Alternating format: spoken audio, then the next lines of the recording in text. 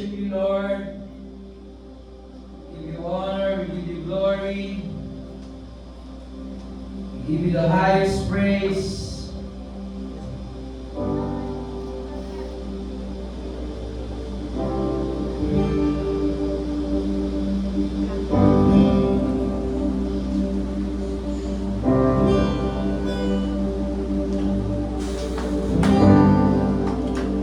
Every time I run, when I find grace on repeat, you welcome me with open arms, no matter where I've been.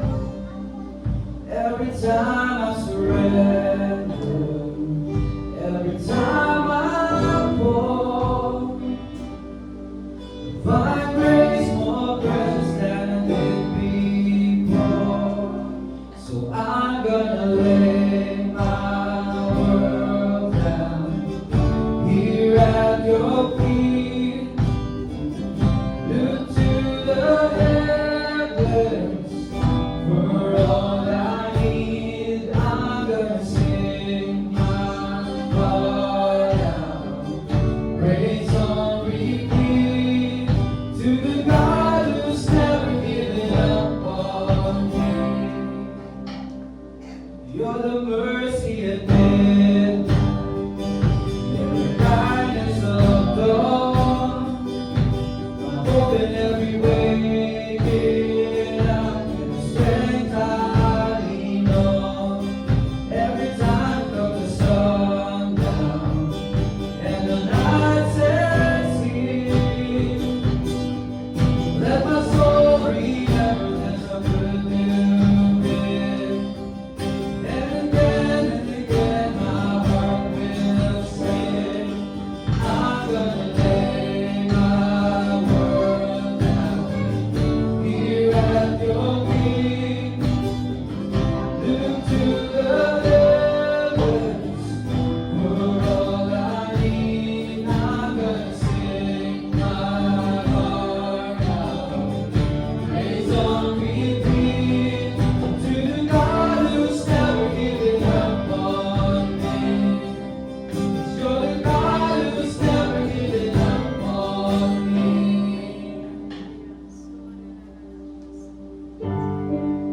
Hallelujah. You're the God who's never given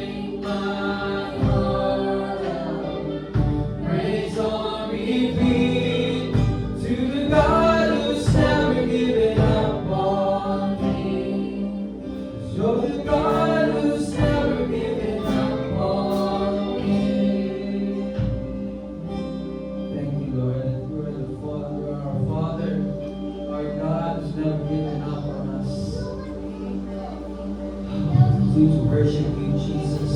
We will sing about your love. We will sing about what you've done for us and for us.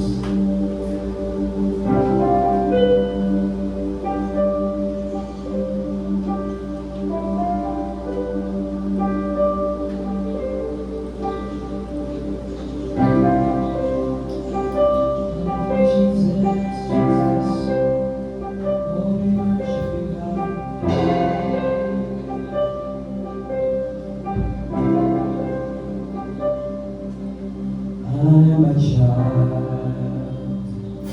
whom Jesus loves,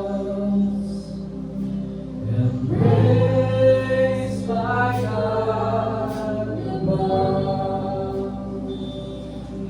Mountains high and valleys deep, but in above, you love for me.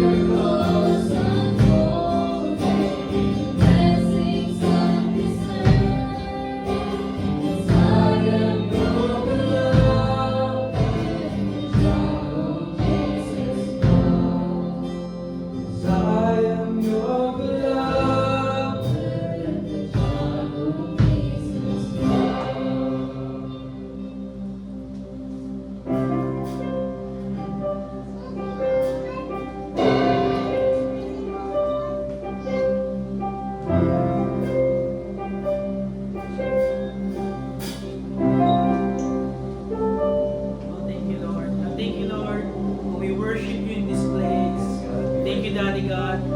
Oh, thank you, Daddy God. You who did not spare your own Son and have freely given up for us, Lord. Your beloved Son. You gave Him up for us, Lord. So that today we are accepted in the Beloved. Amen. And today we are in the presence of a Father who loves us, who is full of grace for us, that no matter how good we are or how bad we are accepted in Jesus Christ. So thank you, Lord, that no matter what challenges we are going through, we know, Lord, that you are with us and you are for us, Lord.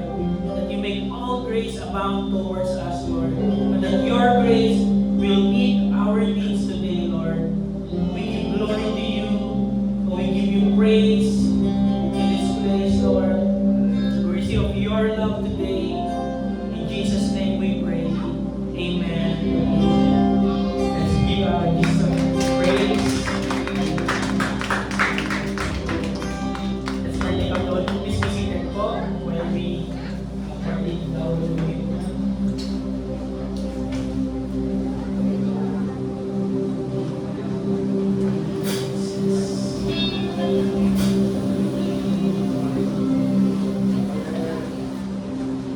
Morning, church.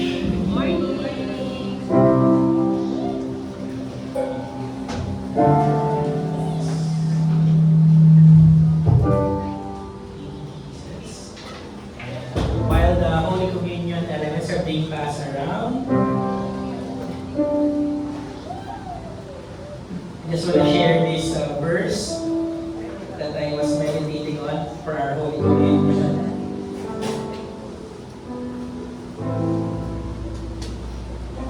Okay, in Psalms 103, verse 10.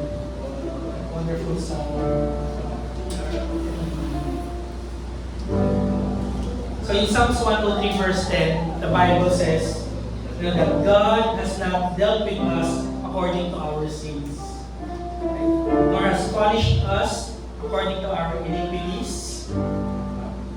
Next verse, for us, the heavens are high above the earth, so great is His grace towards those who fear Him. Right? So He has not dealt with us according to our sins. Amen? Amen. No, guys, tayo, we are not sinners because we sin. Right? We sin because we are sinners. We became sinners when Adam, sinned at the garden. And for one man's offense, many were made sinners. Amen. But God didn't want that, right? When God created us, He wants us to be the object of His love. That's right. Amen. The object where He will pour out His great love towards us, where He will pour out His great grace towards us, right? Baliwala yung love niya and God's love. Amen? Baliwala yung love niya if there's no object for that love. That's why God created mankind. But when Adam sinned, God cannot do that. Right?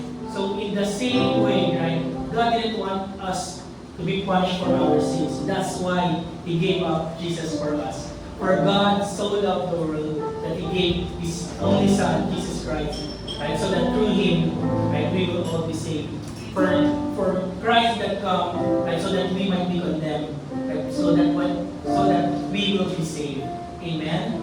So today, ganda yung next verse niya, in verse 12. As far as the east is from the west, so far has He removed our transgressions from us. At the cross, amen, Jesus took all our sins and He was punished in His own body. He gave up His life for us. Kaya today, right, when Adam sinned, there was no separation from sin. Right? Because there's no separation from sin, there's nothing that we can do, right, to get ourselves out of sin and be righteous. That means there's no way for God's love and grace to come to us, right, when we sin. But because of the cross, when there was no separation from sin, that has been reversed. As far as the east is from the west, ganun kalayo yung sin natin from us. Alam mo in geometry, no? A line, it extends infinitely at opposite direction. So as far as the east is from the west, sabi, and in geometry, that goes infinitely. Ganun kalayo yung sin natin. Our sin will not come back to us. Right? Right? So today, sin has been separated from us. And you know what the Bible says? That nothing can separate us from the love of God. No problems, no principalities, no power can separate us from the love of God today. Amen? Amen. So whatever we are going through, amen, we know that God loves us. Even when we fail, God loves us. No matter what needs we have, no matter if the problem is of our own making, amen, you can receive God's love for us. Amen. You can receive grace, right, as help in our time of need today. Amen? Right? Let me just share one more verse in Romans 8, verse 1. It says that there is therefore now no condemnation for those who are in Christ Jesus.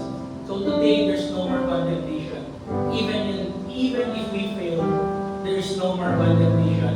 And because Romans 8, right, begins with no condemnation. And in the last verse of Romans 8, in verse 38,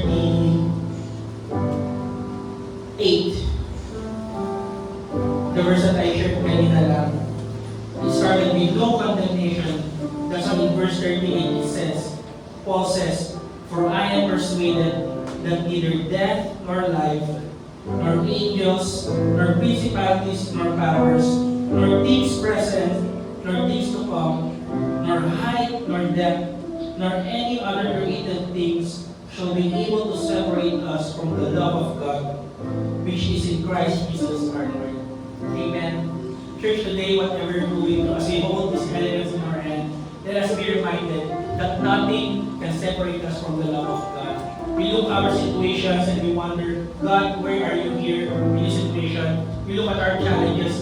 Lord, why am I going through this? Right? We look at our imperfection, amen, all the needs, amen, or our inadequacies, amen, right? But today, right, we look to the cross and we are reminded that He loves us. Right? This is the answer, right, that He loves us. Amen? Let's hold the bread in our hands.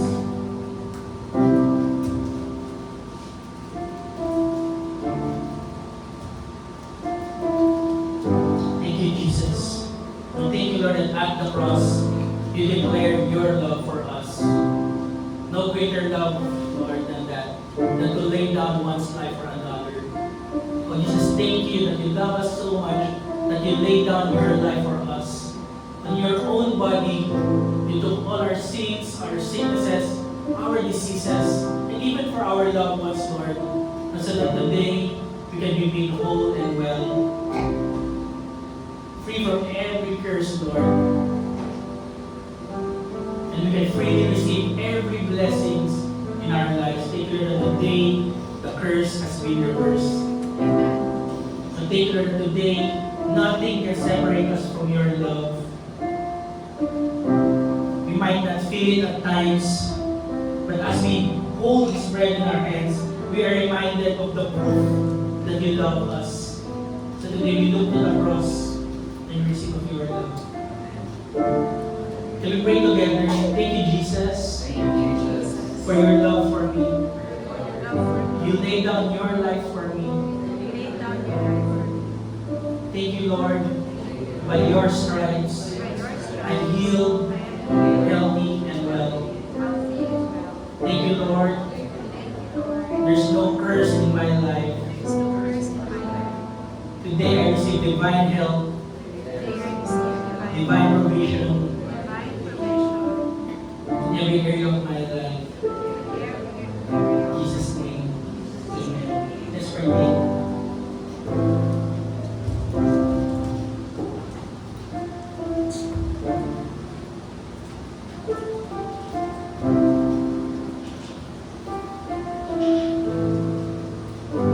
Thank you, Lord, as we hold the cup in our hands, we give praise to the glory of your grace, Lord. So thank you, Lord, that you make all grace abound towards us. That today we receive grace upon grace, Lord, for every need, Lord. We receive grace upon grace in our life because you love us.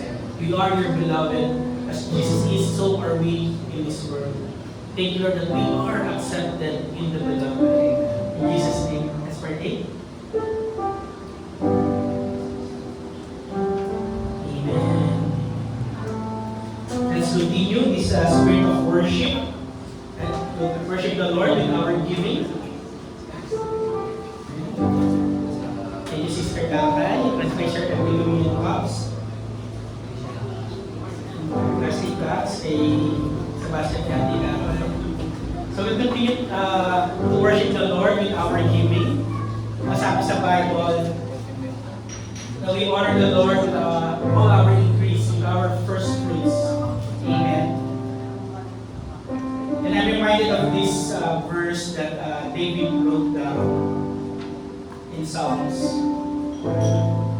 Psalms 116 verse 12 it says, "What shall I render to the Lord for all His benefits toward me? I will take the cup of salvation and call upon the name of the Lord." What shall I render to the Lord, sabi ni David, for all His benefits toward me, for all that He has done for me, sabi ni David. Sabi ni David, I will take the cup and call upon the name of the Lord. Ay, sabi ni David, ano bang magagawa ko para kay Lord sa lahat na nagawa niya? Even yung sacrifices sa cross. Ang sagot ni David, I will take some more. I will take the cup of salvation and call upon the name of the Lord. That's worship. No? Call upon the name of the Lord. Worship the name of the Lord. Kasi whatever the Lord has done for us, it is already a finished work. We can add nothing to it. Kaya sabi niya, what can I do for all the Lord has given to me? Nothing. We cannot do anything. Right? All we can do is worship Him with our thanksgiving, even with our giving, right? To remind the Father God of the finished work of Jesus Christ. Amen. And when we do that not of obligation. Try to say, I want to repay God for what He has done for us, for me. Kasi sabi nga ni David, I cannot do anything but take some more. Right? If we want to honor the Lord for what He has done for us, we receive more from Him. Amen. That's how we honor His finished work. For us to receive more. But why do we give? We worship Him. Amen. Not out of obligation, right? But out of thanksgiving in our hearts. That Lord, whatever I have, it is from You. Amen. So we cannot add to the finished work. But you know what? God is so good. Kasi sabi sa Bible, Paul said in the Bible, that He who supplies seed to the sower and bread for food, multiply the seeds that you sow. Amen. So God is so good, right? That when we worship Him, right, we are worshiping out of thanksgiving, but our giving is being sown to the church, right? And Paul declared a blessing that whatever we sow in this place, right, Jesus receives it, right? But here, right, the church receives it, right? But God is so good that He will multiply it, amen, in your lives. So that is our declaration today. Amen. Let's pray. Thank you, Jesus. Thank You for the finished work, Lord. Thank You for all that You have done for us. Thank You that whatever we need, Lord, is already received at the foot of the cross, Lord. Thank You that every grace, every blessing abounds over us, Lord.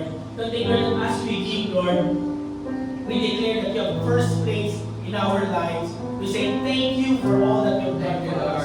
Thank You for every seed that is being sown in this place, Lord. Bless and multiply these seeds in these people's lives, Lord. Make them a blessing to the people around them. Meet their every need, Lord, and much more, so that they shall have no room to contain every waves of grace coming their way. In Jesus' name we pray. Amen and amen. If you want to give me this place, Lord.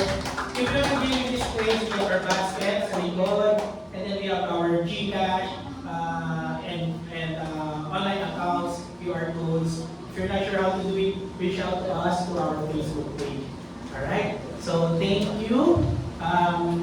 Sister Joyce, we have any announcement? Okay, so let's get ready. Be expectant for our word season, right? That the Lord will give us to Pastor Red.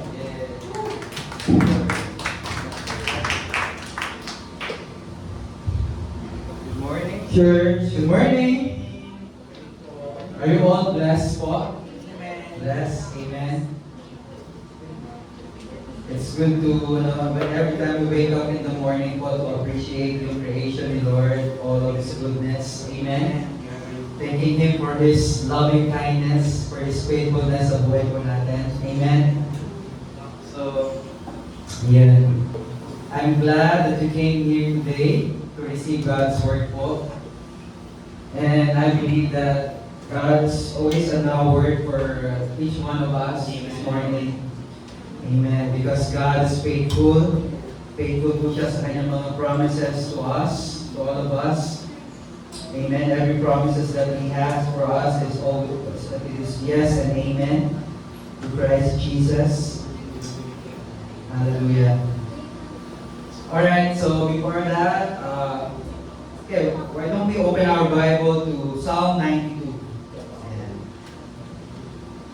So, hindi muna tayo mag-continue sa Book of James, but instead, may bagong word ang Panginoon na gustong i-relay sa atin this morning sa Psalm 92. Alright, in verse 1, if they're ready, let me read to you. In verse 1, it is good to give thanks to the Lord and to sing praises to your name, O Most High, to declare your loving kindness in the morning and your faithfulness every night. On an instrument of 10 strings, on the lute and on the harp with harmonious sound, for you, Lord, have made me glad through your work. I will triumph in the works of your hands. O Lord, how great are your works! Your thoughts are very deep. A senseless man does not know, nor does a fool understand this. When the wicked spring up like grass, and when all the workers of iniquity flourish, it is that they may be destroyed forever. But you, Lord, are on high forevermore. For behold your enemies, O Lord. For behold your enemies shall perish, all the workers of iniquity shall be scattered. But my horn you have exalted like a wild ox. I have been anointed with fresh oil. My eye also has seen my desire on my enemies. My ears hear my desire on the wicked who rise up against me. Verse 12, the righteous shall flourish like a palm tree. He shall grow like a cedar in Lebanon. Those who are planted in the house of the Lord shall flourish in the courts of our God. They shall still bear fruit in old age. They shall be fresh and flourishing to declare the Lord is upright. He is my rock, and there is no unrighteousness in him. Let us pray. Most gracious and kind, loving Heavenly Father God, thank you, Lord, for this wonderful day that you have given to all of us. It's a brand new day, O God, where we can sit down, sit at your feet, receive your love, receive your grace, receive your comfort, your peace on our hearts, Lord. Lord, we thank you for your Holy Spirit who will teach us and guide us through this reading of your Scripture, Lord, through the studying of your Scripture. May we see Jesus more and more in your Scripture, in your Word, O God, so that we may see what He has in store for us, what you in store for us, what Jesus Christ has done for us on the cross. And we may see who we are as a child of God, as God's beloved. We thank you, Lord God. I lift up to you. Bawat isa na nandito, Panginoon. Thank you that you bless them, spirit, soul, and body.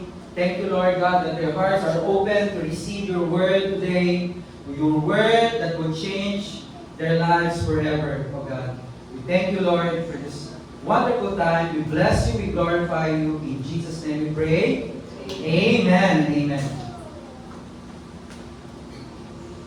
Okay, Psalm 92. You know what I love about the book of Psalm? Yung Psalm po is full of expression. Yan. Mga expression, yung feelings. May emotional, may galit, may naghihinagpis, may halong pagmamaktol. You know, when we read yung Psalm ni David, di ba? Makikita natin doon, no? Paano siya, yung emotion niya, was ruled by his own emotions, you know. Tapos in the end, of course, nandun yung worship niya kay Lord. So makikita po natin yung doon sa Psalm, may iba't ibang emotion, may iba't ibang expression, no? But dito po sa Psalm 92, okay, if you try to gonna look at it, ito po yung song for the Sabbath day. Can you imagine, yung binasa po nating Psalm, ito po yung kinakanta nila. Psalm, by the way, sa Tagalog is awit. Di ba? Awit. So ito yung mga song na na-compose, o mga psalm na na-compose, or awit. Ito po ay, kung sa Psalm 92, ito po ay kinakanta nila during Sabbath day. And by the way po, yung title po ng message for this morning po, atin ang message po is The Righteous Tribe. Kasi kung titingnan po natin yung whole context ng Psalm 92, it's about the righteous tribe. Okay? Alright, so sabi po sa 2 Corinthians chapter 5 verse 21, yan, the righteous tribe. Yan. Sino po ba mga righteous dito? Amen. Amen. We're all righteous not because of our good works. Amen. Matuwid tayo hindi dahil sa ating mga good works, ating mabubuting gawa. We are righteous because we have been justified by faith through Christ Jesus. 2 Corinthians chapter 5 verse 21, sinabi po doon, for He made Him who knew no sin. For God made Jesus who knew no sin to be sin para kanino? For us, that we might become the righteousness of God in Him. Okay? 2 Corinthians chapter 5 verse 21. So, for He made Him. Sino yung who dito? God made Him. Okay? Jesus, na hindi nagkasala, who knew no sin, to be sin for us, that we might become the righteousness of God in Christ Jesus. Do you believe in Jesus? Do you accept Him as your Lord and Savior? Well, the Bible says that those who believe in Jesus Christ, God made Him to become the righteousness of God in Christ. So we are the righteousness. Who are the righteousness of God in Christ? We, as Christians, believers, okay, child of God, we are the righteousness of God in Christ Jesus. So this Psalm 92 po, is para po sa atin ito. Amen? The righteous tribe. Right? So, kanina po sinabi ko, yung Psalm 92 is a song for the Sabbath. Okay? Ito po yung Sabbath, hindi po ito yung banda noong 1968, yung Black Sabbath. Sino po yung nakakilala doon? 1968 Okay. Hindi rin ako pinanganak ng 1968, by the way. 80s ako, 80s. Alright? So, Black Sabbath, they were formed in 1968, tapos during the 70s, doon sila sumikat. Yung kanilang lead singer is si Ozzy Osbourne. Hindi nyo kilala din, ano? Hindi rin. Sad. Dito. Mga lolo na yata, mga followers ng Black Sabbath, ano? But, Sabbath, okay, let's go back sa scripture again. So, we're good Black Sabbath. This is not the Black Sabbath. Sabbath was never really about taking a day off. Sabbath means rest. Okay? Remember when God created everything from the beginning, after He created, He rested in the 7th day, diba? 6 days. Alright? Alright, then after that, He created man. So, basically, man was created during the time when everything was already done, already finished. So, we enter God's rest. Okay? When God's rest, we also rest in Him. Amen? So, the Sabbath was never merely about taking a day off. It pointed to a person. Who is this person? Under the new covenant, our true Sabbath rest is found in Jesus Christ. Sa Hebrews chapter 4, verse 3, sa New King James, sabi po doon, For we who have believed do enter that rest. How many believers are in this place? Amen. So sabi po dito, for we who have believed do enter that rest. So when you believe, you are entering into His rest. And because of His finished work on the cross, we no longer strive to earn God's favor. We rest in the favor we have already received through Him, through Jesus. So it is from this place of rest that we truly thrive. Ano po ba ibig sabihin ng tribe sa Tagalog? Nananagumpay, nagpo-flourish, sumasagana, amen? Sumasagana sa buhay, sa lahat ng areas ng buhay. Okay, so let's go to the slide, the next slide po. Ayan. Tada! So true rest is not found in our striving. Hindi sa ating pagpupunyagi sa buhay, pagsusumikap sa buhay, but in His completed work. Jesus declared, "It is finished." Okay? And in Him, the Sabbath is no longer a day, but a person. So Jesus is our Sabbath. Hindi siya religion, alright? Kasi may religion na Sabbath. Okay? Mga Sabbatista. It is no longer a day, but a person. We enter His rest by faith. Paano tayo nag-enter dun sa kanyang rest? By faith. Kasi binasa na sa Hebrews chapter 4, "For he who have believed to enter that rest." Okay? We enter His rest by faith, ceasing from our own efforts and trusting fully in what He has already accomplished for us. Sino po ang ating Sabbath? True Sabbath. Jesus. When we believe in Him, we enter into His rest.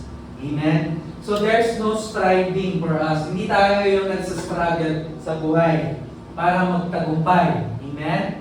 Because si Jesus ay yung ating katagumpayan or ating tagumpay. Amen? So, next slide. Because of His grace, we are made to thrive. So the finished work of Christ has secured everything we need to flourish. Lahat ng kailangan po natin sa buhay, it is already included in the finished work of Jesus Christ. Sa tinapos na gawa ni Jesucristo sa krus ng Kalbaryo. God's grace is not merely forgiveness. Yung grace ng Panginoon, yung biyaya ng Panginoon is not just yung area lang po ng itong subject lang ng forgiveness or topic ng forgiveness, but it is the power to thrive through Jesus. We are rooted, fruitful, and alive to the fullness of life He promised. Amen? The finished work of Christ has secured everything we need to flourish. So yung finished work ng Jesus Christ, that's why po, here in Grace Life, lagi niyo po narinig, kami, nila Pastor Bob, Brother Carlo, whoever man po, tatay dito sa center, sa pulpit po, we always preach to you the finished work of Jesus Christ, the love of Jesus Christ, the grace of God, amen, the forgiveness of God. Okay, kasi the finished work of Christ has secured everything we need to flourish. Amen? Next slide po. So what does it mean to thrive? Ano po bang ibig sabihin ng mag-thrive sa buhay? T-H-R-I-V-E. Yan. The word thrive means to flourish, to grow well, to develop, to become healthy, fruitful, strong, and full of life. Yan. Many people believing that thriving depends on favorable circumstances. Marami po mga tao sa world na naniniwala yung pagtatagumpay sa buhay ay nakadepende sa mga favorable circumstances na kanilang na-experience sa buhay. They think if everything around them improves, then they will flourish. But in Psalm 92 po, teaches us something completely different. Yan, nakita po natin. To flourish, to thrive is to blossom in every season. So every season ng buhay mo, whether in and out of season, dry or wet season, okay, nagtathrive ka po. You are blooming in every season. Not just survive, but radiate the fullness of life God intended for you. So, in and out of season po, nag-radiate po sa buhay ninyo yung light ni God through His Son, Jesus Christ. Amen? Yung effervescent ng kanyang grace, ng kanyang love, ng sweetness ni Jesus. And then, to bear fruit, thriving means producing lasting fruit. Love, joy, peace that overflows from a life rooted in Christ. So you're bearing fruit in and out of season. And then to grow continually. Thriving is an ongoing journey of growth. So, it's a journey po, yung ating paglago bilang anak ng Diyos, bilang mananampalataya, it's a journey of growth. Deepening our faith, wisdom, and Christ-likeness day after day. So yan po ang natin, that we are being transformed in the same image of His Son day after day. Amen? To live abundantly. Jesus came that we may have life and have it more abundantly. Thriving is our inheritance in grace. Okay? The righteous thrive not because life is easy. Tayo po ay nagtatagumpay sa buhay, nag-thrive tayo sa buhay, not because life is easy, but because they belong. We belong to Jesus, the righteous one. Amen? So our identity is not determined by our circumstances, but by God's grace. So yung identity po natin as a child of God does not determine by our circumstances, but by God's grace. As beloved sons and daughters, the life of Christ is at work within us. Ayan. So John 10:10, next slide, says there, okay, He came, I have come, Jesus said that I have come that they may have life and that they may have it more abundantly. Jesus didn't come merely to help us survive, but He came so that we would thrive. Amen? Because He is our life. Jesus is our life. His grace is our life. Amen? Okay. So may picture po ako sa inyo papakita. Ayan. Sa slide. Comparison po ito. Ayan. Yung isa, orchid, and yung isa, cactus. Both thrive in God's care. Parehas po sila, nagtatrive sa buhay.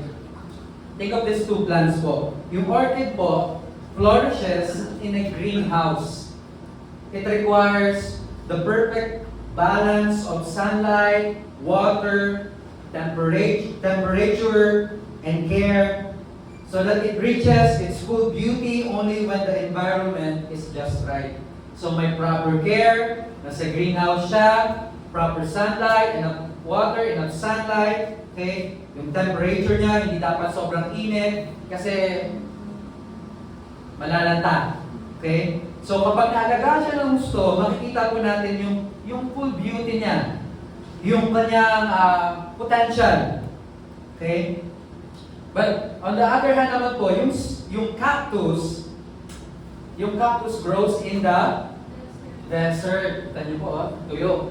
Alright? But it survives scorching heat, little rain, and harsh conditions, yet it continues to grow. So, siya hindi niya kailangan ng proper care o what, kung saan siya nakatanim, nagtatribe siya, even the desert, sa desert siya, okay lang sa kanya, konting ulan, magtatribe po siya. But, kung titingnan niyo po yung dalawang halaman na to, the difference is not simply the environment kung saan sila. It's not the environment. The difference is the life within them. Yung buhay na nananalaytay sa kanila. Okay? Likewise po, God never promised us greenhouse condition. Sa sinabi na ni Jesus, in this life, in this lifetime. We will experience persecution, problems, okay? But be of good cheer, because Jesus Christ overcome the world. Amen? So God never promised a greenhouse condition, promised us greenhouse conditions, but He has given us something far greater, His own life. Because Christ lives in us, we can flourish even when life is difficult. Amen? Next slide po. Ayan. So Psalm 92. Kasi yung Psalm 92 teaches us many things. How to thrive as a child of God. And number 1 is posture to thrive.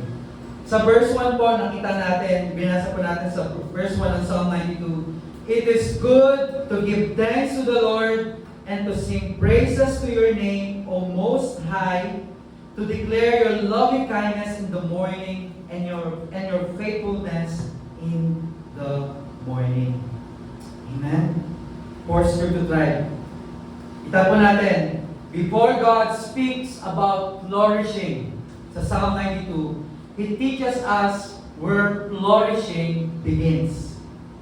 Paano po nagsisimula ang flourishing? Hindi yung flourish ng flourish. It begins with our posture before Him. Nakakita na po kayo, dati po kasi meron kaming cadet army training o citizens army training, okay, sa high school. And then nabutan ko pa, nag-ROTC pa kami. Kayo mga younger generation, hindi nyo na nabutan kasi na-abolish na yon. It's a good experience. You will learn a lot of discipline, you know.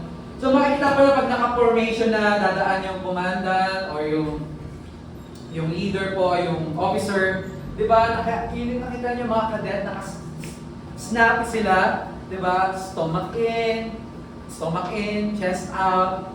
Yung posture nila, di ba? Makikita niyo po. Even the army, kapag nagmo-march sila, pag napapanood natin, di ba yung posture na talagang sobrang snappy sila, di sila, di ba? Okay? So, even also an athlete prepares his body before making a move. Okay? Our hearts also must be properly positioned before God. Yung basketball player, before he will make his move, i-shoot niya yung ball doon sa hoop, di ba? But before taking the shot, he adjusts his stance, watches the defender, okay, and position himself wisely so that makascore siya, ma-shoot niya yung bola doon sa hoop. Likewise po, yung spiritual thriving begins with the right posture. Psalm 92 verse 1 says that it is good to give thanks to the Lord, to sing praises to the Most High. Okay?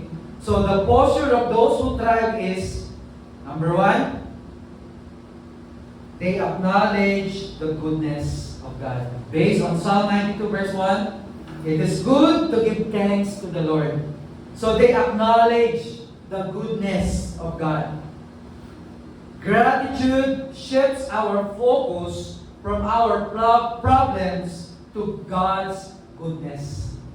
So when we acknowledge, okay, when we acknowledge God's goodness sa buhay po natin, when we have this gratitude heart, okay, it shifts our focus from our problems to God's goodness. Number 2, they worship God for who He is.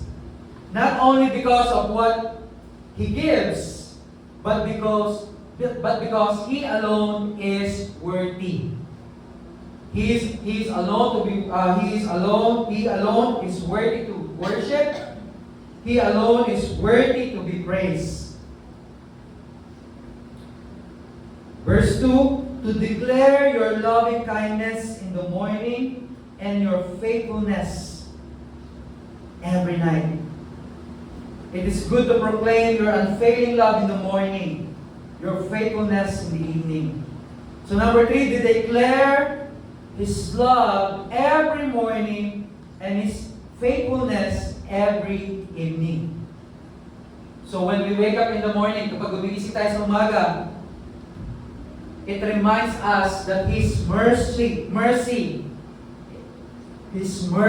are new every morning. And evening reminds us that He has remained faithful throughout the day. So every time you wake up in the morning, okay, remind yourself of God's mercies. God's mercies are new every morning. And in the evening po, His faithfulness never ends. Amen? His faithfulness never ends. So thriving begins with the rhythm of worship. That's why it's very important po, ang worship. Ito po yung tinuturo sa atin ng Psalm 92. To give thanks to God, to acknowledge yung goodness niya, to worship Him for who He is, and to declare His love, His loving kindness every morning. Yung loving kindness po dito in Hebrew, going to look at it, is chesed. Loving kindness. It talks about God's faithfulness. It talks about the character of our Heavenly Father. That He is loving, He is kind. Amen? So thriving begins with a rhythm of worship, not striving, not worrying, but continually resting in His goodness. Amen? And next slide.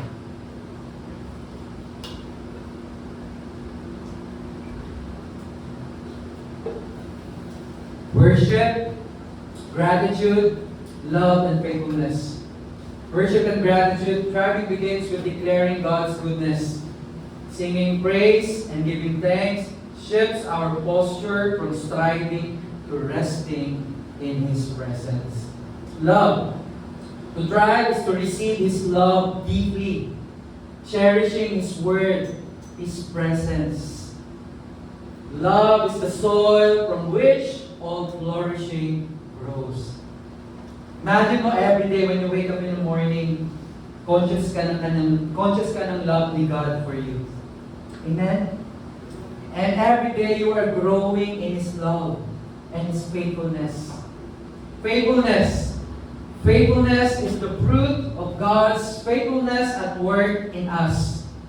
Those who thrive remain steadfast, not because of their own strength, but because they are rooted in Christ, who faithfully sustains them. Amen? We are rooted and grounded in Him. Next slide po. Yan. Kanina, nakita natin yung posture to thrive. Ngayon naman, how do we see? Perspective. O sa mga generation ngayon, what is your POV? Point of view. Yan. The perspective to thrive. Psalm 92 verse 4. For you, Lord, have made me glad through your work. I will triumph in the works of your hands. O Lord, how great are your works. Your thoughts are very deep. A senseless man does not know, nor does a fool understand this. When the wicked spring up like grass, and when all the workers of iniquity flourish, it is that they may be destroyed forever. But you, Lord, are on high forevermore. For behold, your enemies, O Lord, for behold, your enemies shall perish. All the workers of iniquity shall be scattered. Now, church, perspective changes everything. Yung point of view mo, your POV, changes everything. Think about a child Isipin niyo po ito, okay, sa mga parents. A child receiving a vaccination. Okay, the child cries because all they see is the needle. Diba? Kapag yung mga bata, baby, pag dinala ng parents sa pedya nila for vaccination, okay? Nakita lang nila hindi pa nga nakita yung needle, yung karayom, yung injection, yung doctor pa lang, umiiyak na sila. Okay? Because they don't understand why their loving parent would allow it. But the parents sees what the child cannot. Yung mga magulang po, kaya tayo mga magulang, nakikita po namin yung mga hindi nakikita ng aming mga anak. Kaya pag dinala yung mga anak namin sa doktor para for vaccination, di ba? O kita pa lang ng mga baby, mga bata yung doktor, umiiyak na sila, hindi pa nilalabas ni Tita Doc yung injection. Sila. Okay? Kasi they don't understand why their loving parent would allow it. But the parent sees what the child cannot. The protection that comes afterward. In the same way, we often see only today's pain. Nakikita lang natin yung araw-araw na pain na na-experience natin. But you know what? God sees tomorrow's purpose and His grace that carries us through. Amen. Ganun po yung loving parents. God sees. Maybe we don't see kung ano what is ahead of us, but God already knows what is ahead of us. Amen? That is a loving Father.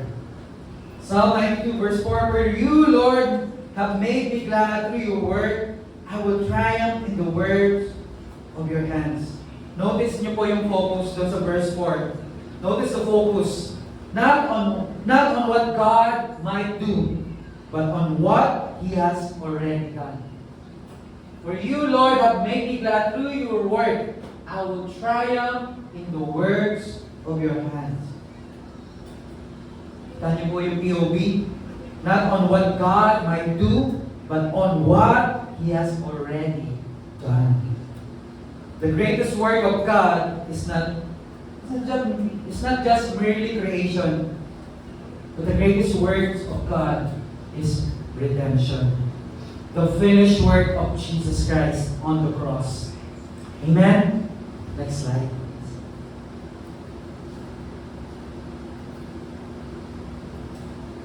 Because Jesus Christ declared, it is finished. Amen? It is finished. Because it is finished, we rejoice today. Amen? On the cross, Jesus declared, it is finished. Tetelestai. Our righteousness is not a work in progress. It is a complete, sealed, and secured in Him. We do not strive to be made right. We thrive because we already are. Amen? So Jesus, our forgiveness. So our forgiveness is finished. Our righteousness is secured. Our acceptance is complete. Our salvation rests on Christ's work, not ours. And Psalm 92 verse 6, 9. Let's go verse 6. A senseless man does not know, nor does a fool understand this. When the wicked spring up like grass, and when all the workers of iniquity flourish, it is that they may be destroyed forever. Sometimes hindi po natin nagagawang i-compare. Mag-compare tayo sa ibang tao. Bakit naman siya, wala siyang Lord pero nagpo-prosper yung buhay niya? Bakit siya, wala namang Diyos, nagpo-prosper? Bakit naman siya, once a year lang siya pupag-church pero nagpo-prosper yung buhay niya? Okay? But let me encourage you, sa child of God, hindi natin kino-compare yung sarili natin. Kasi based on what we read right now, just now, is that yung pagtagumpay ng wicked, okay, or unbeliever, it's just temporary. Because in verse 8, sabi po, but you, Lord, are on high forevermore. For behold your enemies, O Lord, for behold your enemies shall perish, all the workers of iniquity shall be scattered. Okay? But God, His throne established for eternal, forever. Christ's kingdom is eternal. Therefore, we do not envy temporary success na nakikita natin sa kapitbahay natin o sa labas, sa mundo. We do not envy temporary success because we belong to an everlasting King. Amen? And our identity does not base on how much treasure, how much money that we have in our bank account. Okay? Hindi natin, yung identity natin, hindi nakabase doon. But our identity as a child of God is based on what the Lord has done for us through His Son, Jesus Christ. Because all those things, everything that Jesus Christ has, has done for us, it will remain forever. That is for eternal, for eternity. Amen? Verse 10 of Psalm 92. But my horn you have exalted like a wild ox. I have been anointed with fresh oil. Let's go to the next slide.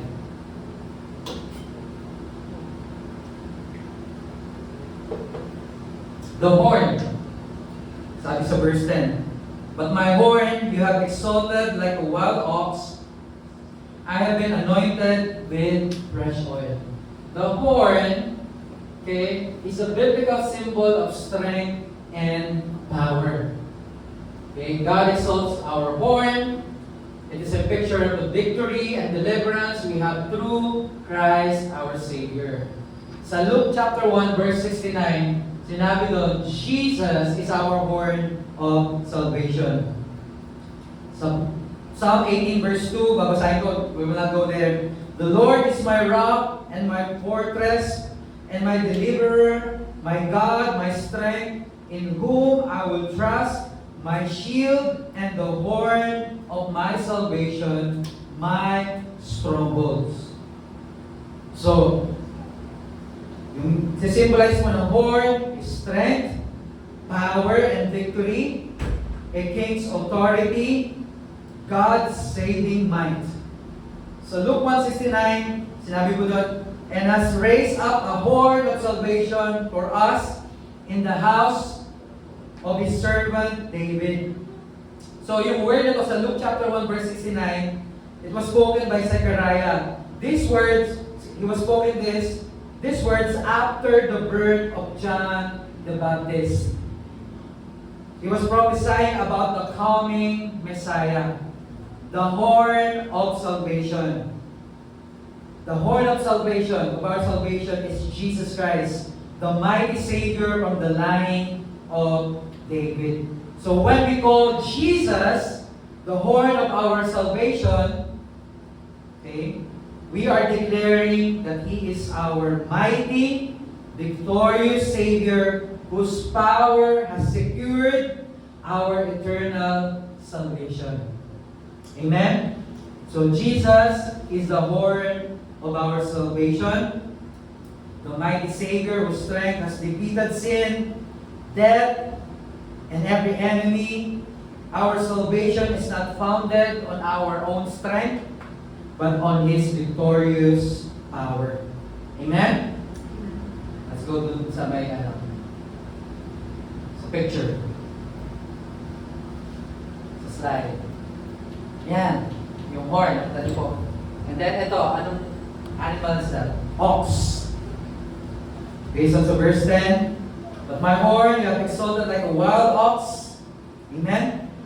The ox naman po speaks of service and strength. An ox is a powerful working animal. So ginagamit nila yung ox. Mainly po doon sa field.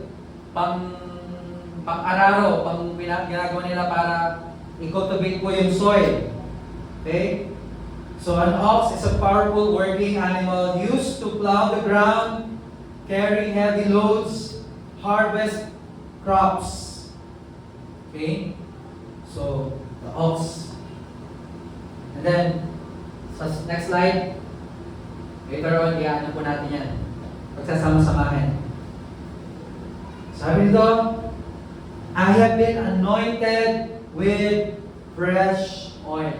How about the oil naman? Ano ang significance ng oil sa Bible? The oil is the Holy Spirit. Okay? And it symbolizes blessing, healing, consecration, and joy. I have been anointed with fresh oil. The Holy Spirit renews us daily, restoring vitality, clarity, and power for victorious living. Each day is a fresh outpouring of His grace.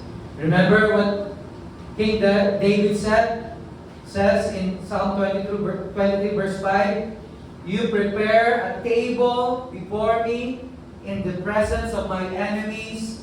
You anoint my head with oil. My cup runs over. So the wild ox kanina symbolizes God-given strength and victory. The horn represents authority and power. The fresh oil speaks of the Holy Spirit's continual anointing on us. So, the righteous thrive not because of their own strength, but because the Lord exalts their horn and refreshes them with fresh oil. Just as Christ served perfectly as the true ox, believers now live and minister from His strength rather than their own strength. Amen? Next slide.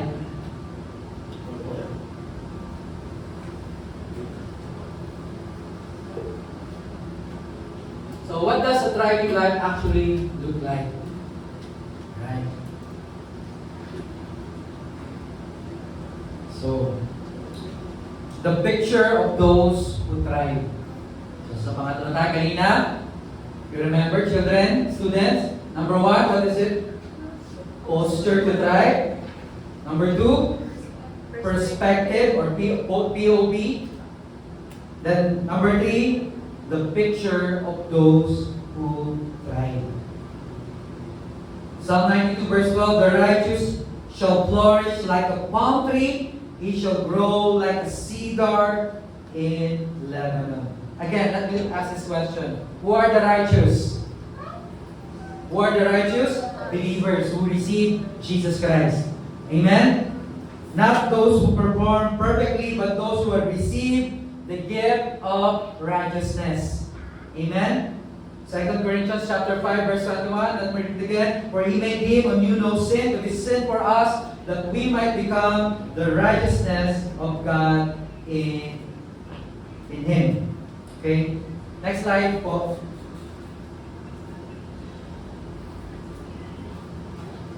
The gift of righteousness, I already said that. The gift of righteousness. We receive the gift of His righteousness. Amen. So, the picture of those who thrive. Pakita mo natin. Verse 12, the righteous. We are the righteous. Amen, church? Yes. So, the righteous, sabi sa verse 12, shall flourish like a what? Palm tree. He shall grow like a cedar in Lebanon. Okay? So verse 12, God points to beautiful pictures there. Palm tree, and then cedar of Lebanon. Yung palm tree grows in a difficult environment. Kita natin yung palm tree. Okay? It bends during storms, but rarely breaks. Kita natin. Wala nga lang bunga, right? Yung palm tree na sinasabi ko, yung, alam yung, nakakain na kayo ng dates? Dates? Hindi yung date kapag boyfriend, girlfriend, magdi-dates. That's not dates. No. D-A-T, yes. Dates, fruit yun, ng palm tree. So masagana yun. In and out of season, laging may fruit yun. Alright? So it bends during storm but rarely breaks. And it consistently bears fruit. At ang picture po ng palm tree is what? Fruitfulness. Can we say fruitfulness? Ayan. So yan ang picture ng mga righteous na nagtatry. Fruitfulness. On the other hand naman po, cedar tree. Okay? The cedar of Lebanon. Remember po yung temple ni Solomon, when it was built, okay, inaangkat pa nila yung mga cedar from Lebanon. Okay, papunta saan? Sa kanila, sa Israel. Alright? Tapos inilay po nila ng gold yan. Kasi po, the cedar tree is a strong tree. It is durable, mabango yung leaves ng cedar. Ito po, itong guitar na to. This is a solid top cedar. Yan. This is like, matanda pa to kay Shiloh. Si Shiloh is 13 na. So it's like 14 years old na po yan. So, praise God, buhay pa rin siya. Cedar, yung top nito. Then, mahogany. Back inside. Para nagano pa, no? Nag-promote pa. The cedar of Lebanon. So the cedar is a strong, durable, fragrant, and resistant to decay. May property po ang cedar na para i-drive out niya yung mga termites. Hindi yan basta-basta nabubulok. Familiar po kayo sa logo ng Grace Light? 5 puno. Ang inspiration po, hindi po inspiration. Yung 5 puno na iyon ay cedar, family of cedar tree. Yan ang character na pinakita ng Lord for Grace Life Fellowship. Strong, durable, fragrant, yung fragrant ni Jesus, you know, wherever we go, and resistant to decay. At ginagamit siya doon sa time ni Solomon to build the temple. And it pictures usefulness ng cedar tree. Bakit po dalawang trees yung pinakitang picture dito sa verse 12? About the righteous shall flourish like a palm tree, he shall grow like a cedar of Lebanon. Because God's desire His people to be both fruitful and useful. Kanina, yung palm tree is fruitful tree, and then cedar is useful. The righteous shall flourish like a palm tree. He shall grow like a cedar tree. So tayo po mga righteous, ay mga parang I boldly declare that because we are righteous not because of our good works, but because of what Jesus Christ has done. Amen? Because by faith in Him. Okay? So because it is God's desire for us to be both fruitful and useful. At yung grace ni God ang nagpo-produce ng dalawang bagay na yun. Fruitfulness and usefulness. Yun po yung byproduct ng grace ni God sa buhay natin. The righteous thrive with both fruitfulness and usefulness. Amen? Next slide.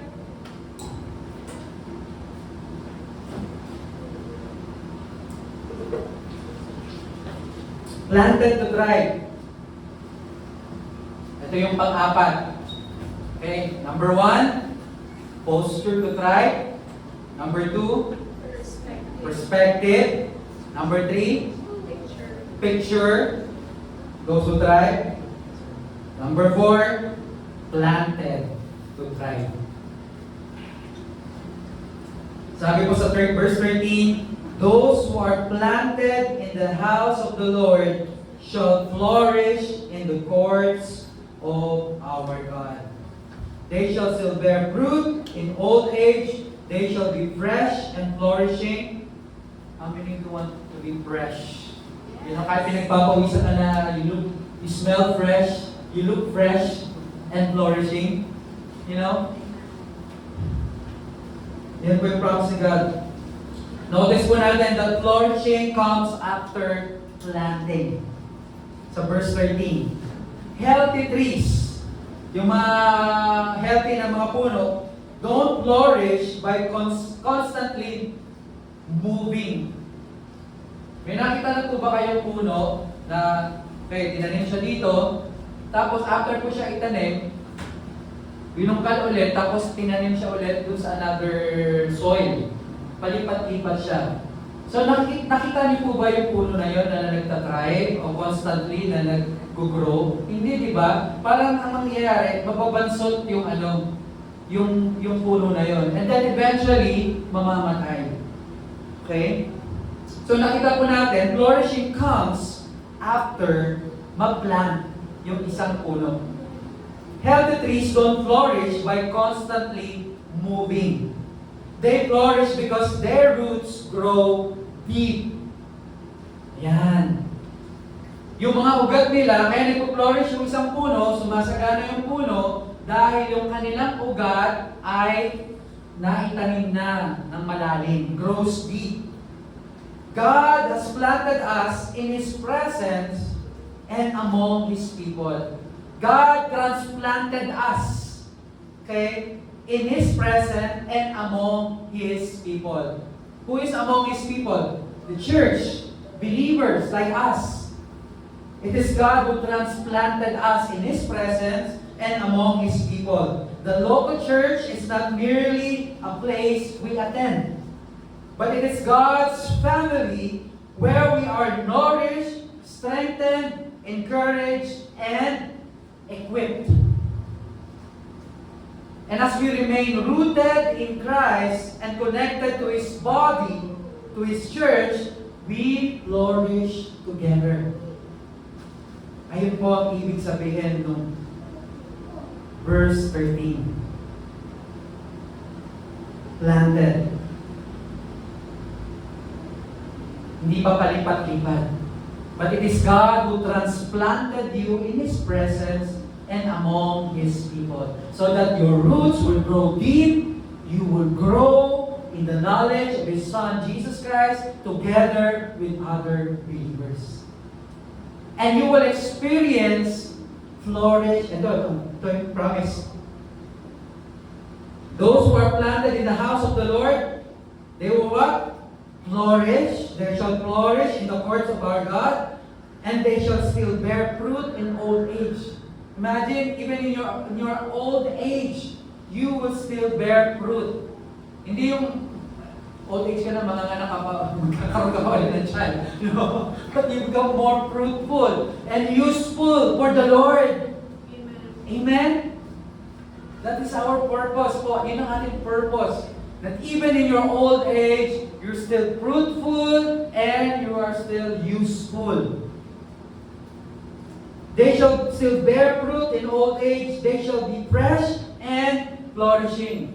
Gusto ko ito, yung fresh and flourishing. Even the word is sobrang bigat na still look fresh, diba? Feel fresh, and you are flourishing.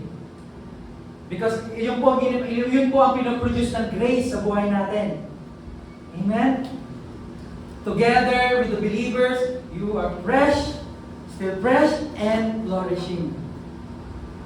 Sabihin mo sa katabi mo, you are fresh and flourishing.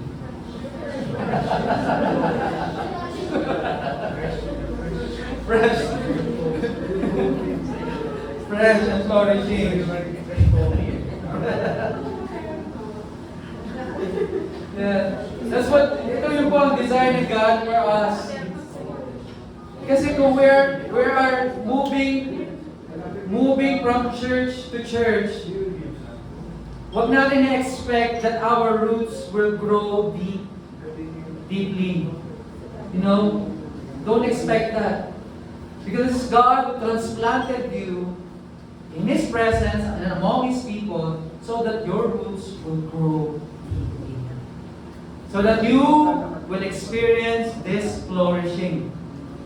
Okay, you will thrive together with your brethren, in His courts and in His presence.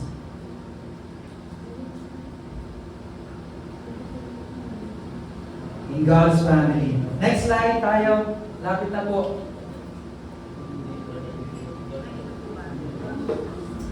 Ayan. Ito ba yun? Rooted in God's love, those who thrive are planted in the courts of the Lord. A tree cannot flourish without roots, and we cannot flourish apart from His presence. Nourished by His word.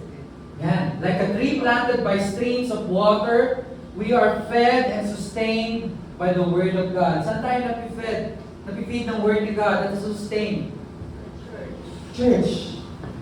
Daily nourishment from God's words produces lasting fruit in every season. Growing in community. We are never meant to grow alone. Planted together in the body of Christ, we strengthen one another, bear each other's burdens, and flourish side by side. Bearing fruit with purpose. The planted life is a fruitful life. When we remain in Him, rooted, nourished, and connected, we bear fruit that glorifies God and blesses the world around us. Before the world around us, nais ng Lord yung brethren mo na, yung church, okay, around us, then the world. Next slide. Promise to thrive.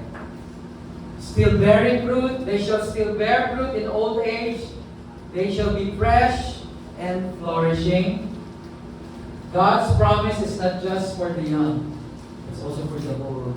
Can I hear an amen for the super young people in the church?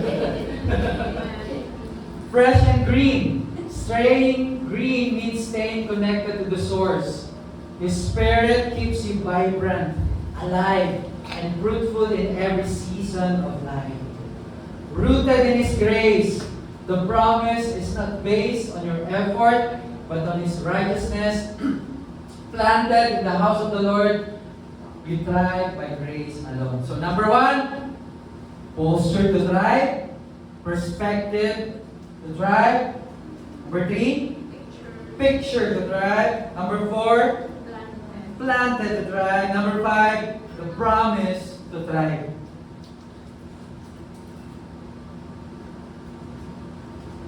So makita po natin sa Psalm 92 verse 14 to 15 that our fruitfulness, okay, is not limited to one season of life. Whether you are young or old, whether in abundance or adversity, God's grace continues to produce fruit sa buhay po natin. The righteous never retire from God's purpose. Walang retirement sa purpose ni God sa buhay mo. Instead, in every season becomes another testimony of His faithfulness. Next slide.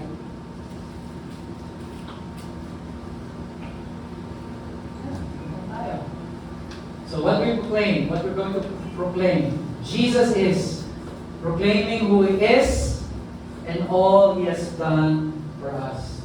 Jesus is our rest, our anointing, our righteousness, our life, our strength, and He is our hope. Amen? It is about knowing the one who is our strength, Jesus, the true righteousness one. He is our Sabbath rest, and He is the horn of our salvation. He is the anointed one who has poured out His Spirit upon us. And because He lives, we thrive. Not because we strive harder, but because His life flows through us. Amen? So, let this be our declaration. Can we all stand up, please, church? So our posture is a posture of worship. Our perspective is the finished work of Jesus Christ. And our picture of fruitfulness and usefulness is Him.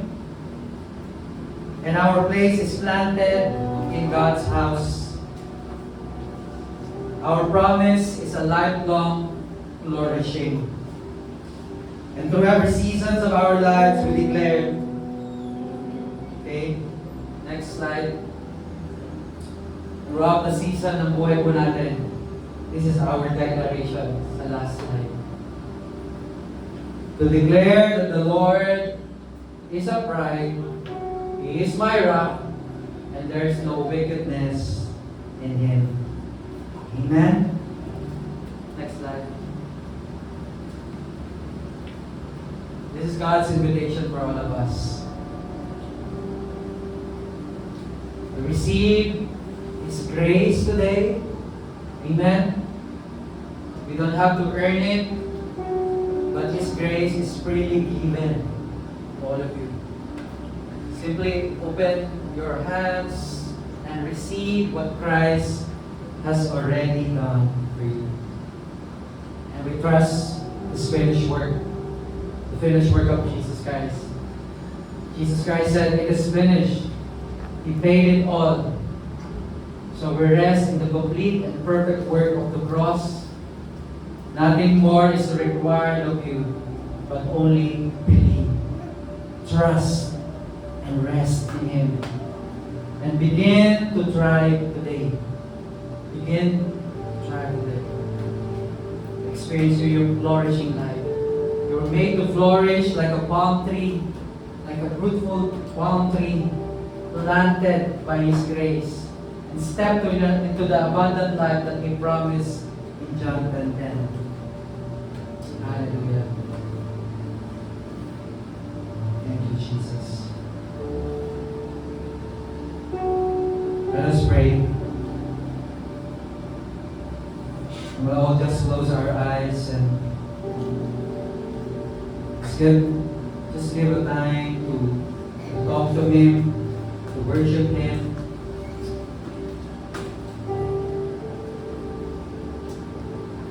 Just have a gratitude of heart. Let's have an atmosphere of thankfulness, atmosphere of worship for all the things that He has done. To acknowledge His goodness, to receive His love, His faithfulness, His mercy.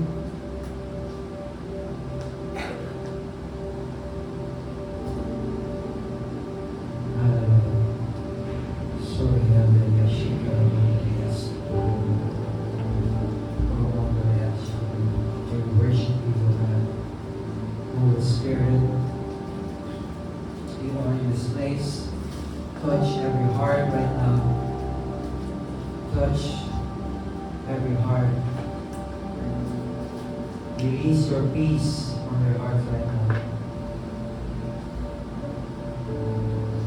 Perhaps you are here today and you've been trying to survive life in your own strength. You've carried guilt, shame, you carry fear, condemnation, and religion tells you to try harder. It's not enough.